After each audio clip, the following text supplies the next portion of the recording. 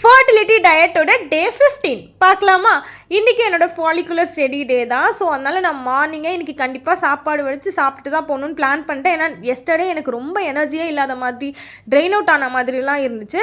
So ஹாஸ்பிட்டலுக்கு போகிறதுக்கு முன்னாடியே நம்ம இன்றைக்கி சாப்பிட்டுட்டு தான் போகணும் அப்படிங்கிற மாதிரி ஒரு பிளான் பண்ணி வச்சுருந்தேன். அதுக்கேற்ற மாதிரி காலையிலே எழுந்து சீக்கிரமாக நான் சிம்பிளாக சமைச்சு சாப்பிட்டுட்டு போயிட்டேன். எனக்கு அந்த சாப்பாடு இல்லை அப்படிங்கிறது ஏற்றுக்க முடியல. அவ்வளோ பைத்தியமாயிட்டேன். அதனால் காலையிலே சாப்பிட்டேன். பட் ஆக்சுவலாக அந்த மாதிரி பண்ணக்கூடாது. இந்த மாதிரி என்றைக்காவது ஒரு நாள் இந்த மாதிரி சீட் பண்ணிக்கலாம், பிரச்சனை இல்லை. அப்புறம் மதியானம் என்னோடய ஃபாலிகுலர் ஸ்டடியெலாம் சக்ஸஸ்ஃபுல்லாக முடிஞ்சதுக்கப்புறமா நிறைய க்ரீன்ஸ் எடுத்துக்கலாம் இன்றைக்கி. ஏன்னா நம்ம ரைஸ் நிறைய சாப்பிட்டுட்டோம் அப்படிங்கிறதுனால இன்றைக்கி வெண்டைக்காய் கீரை இந்த மாதிரி ரொம்ப சிம்பிளான மெனு தான். பட் ஸ்டில் இந்த மாதிரி டேஸும் ரொம்ப முக்கியம். டயட்னு சொல்லிட்டு நமக்கு பிடிச்சதெல்லாம் விட்டுடணும் அப்படிலாம் கிடையாது. எதுவாக இருந்தாலும் அளவாக எடுத்துக்கணும், அவ்வளோதான் என்னுடைய தாரக மந்திரமே. ஸோ இன்றைக்கி என்னோடய டே பயங்கர சூப்பராக போச்சு. நாளைக்கு இன்னொரு வீடியோவில் நான் உங்களை மீட் பண்ணுறேன். பாய்.